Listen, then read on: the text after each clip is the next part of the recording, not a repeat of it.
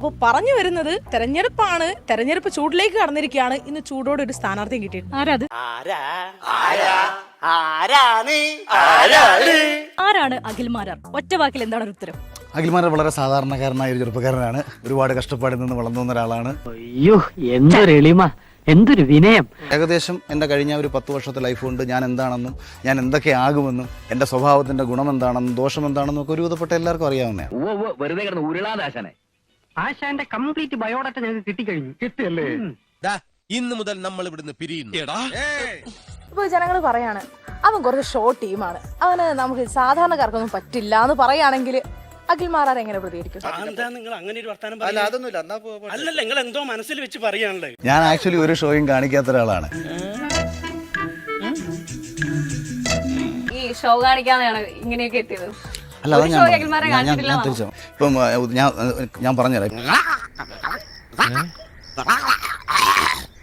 നന്നായിട്ട് അറിയായിരുന്നു ഈ ചൂടിന്റെ തൊണ്ടേക്കറി കുരുങ്ങി. അത് വിട്, ഞാൻ അർത്ഥം പറഞ്ഞുതരാം. ഇപ്പം നമ്മളെ കാണുമ്പോൾ ഒരാൾ ചിരിച്ചു കാണിച്ചാൽ അയാളെക്കാട്ടും ചിരിച്ച് അയാളെക്കാട്ടും മുമ്പിൽ ഞാൻ കുനിഞ്ഞു സംസാരിക്കും.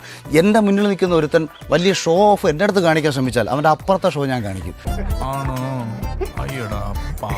ഒരു കാലത്ത് ഇന്ദിരാഗാന്ധിയും രാജീവ് ഗാന്ധിയൊക്കെ ഉണ്ടായിരുന്ന കോൺഗ്രസിന് ഇന്ത്യയിൽ വലിയ പ്രാധാന്യമുണ്ടായിരുന്നു.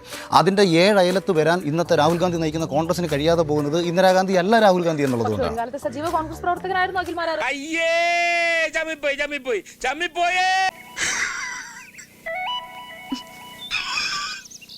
വ്യക്തികൾ വരുമ്പോൾ ഈ ജനങ്ങളുടെ ചിന്തകൾ മാറി തുടങ്ങും. ഇപ്പം നോട്ട് നിരോധനം നരേന്ദ്രമോദി വന്നാൽ ജനങ്ങളുടെ ചിന്ത മാറും ഉറപ്പാണോ? വീട്ടിൽ ചെന്ന പിള്ളേരുടെ ചോദ്യം, ഇവിടെ വന്ന സാറിന്റെ ചോദ്യം, എന്നിട്ട് ഞാൻ ഇവർ രണ്ടുപേരുടെ മുന്നിൽ ചോദ്യം ചെയ്യുന്ന പോലെ നിൽക്കുക. ഇത്തരം ചോദ്യങ്ങൾക്ക് ഉത്തരം അറിയാമെങ്കിൽ പണ്ടേ ഞാൻ കളക്ടറായനെ. സോഷ്യൽ മീഡിയ തുറന്നു കഴിഞ്ഞാൽ എങ്ങനെയെങ്കിലും ഒക്കെ അഖിൽമാരാരുണ്ട് അല്ലെ? എന്തെങ്കിലും ഇപ്പൊ നേരത്തെ എപ്പോഴും സജീവമാണ്. ഇത് ശരിക്കും ഒരു ബോധപൂർവമായിട്ടുള്ള ഒരു കാര്യമാണോ? അതായത് എന്നെ കുറച്ച് പേരറിയണം, ഞാൻ ഇവിടെ ഉണ്ടടാ എന്നെല്ലാവരെയും അറിയിക്കാനുള്ള ഒരു ബോധപൂർവമായ നീക്കാണോ?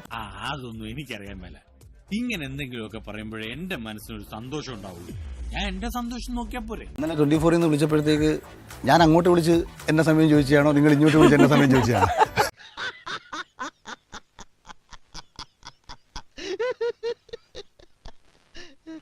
കോൺഗ്രസിൽ നിന്ന് നേരിട്ട് BJP-യിലല്ലാണ്ട് അതൊരു വളഞ്ഞു പിടിച്ചുള്ള ഒരു മുക്കുപിടുത്തായിട്ട് തോന്നിയിട്ടുണ്ടോ? ക്ഷമിക്കണം, ഉപദ്രവിക്കരുത്, ജീവിതമാണ്.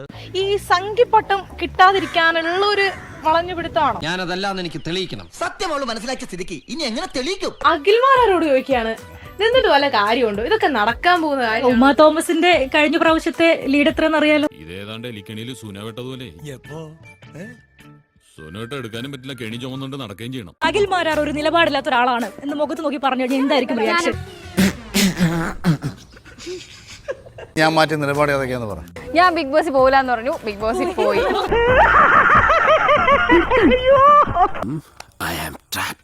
അത് നിലപാടാ. പക്ഷെ ബിഗ് ബോസിൽ രാവിലെ എണീച്ച് വരുമ്പോ ഈ ഡ്രസ്സ് ഇടണോ വേറൊരു ഡ്രസ്സ് ഇടണോ എന്ന് ഞാൻ തീരുമാനിക്കുന്നത് എന്റെ ഇഷ്ടങ്ങളെ ബേസ് ചെയ്താണ്. തീരുമാനം മാറ്റാന്നാണ് പറയുന്നത്. 100% മാറ്റാൻ തീരുമാനം മാറ്റുന്നത്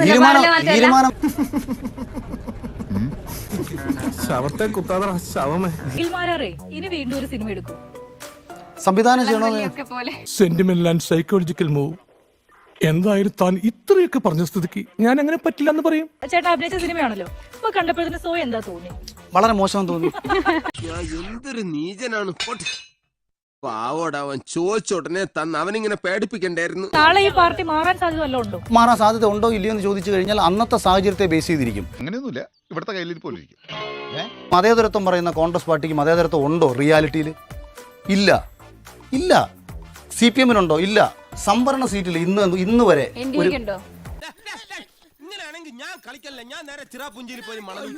നിലനിൽപ്പാണ് മാധ്യമങ്ങളുടെയും പ്രശ്നം. അഖിൽമാരാറിന്റെ പ്രശ്നം അല്ലേ? ഞാൻ ചിരിച്ചു പോയനെ. ആരും വിളിച്ചില്ലല്ലോ. എനിക്ക് തോന്നിയതായിരിക്കും. പോട്ടെ.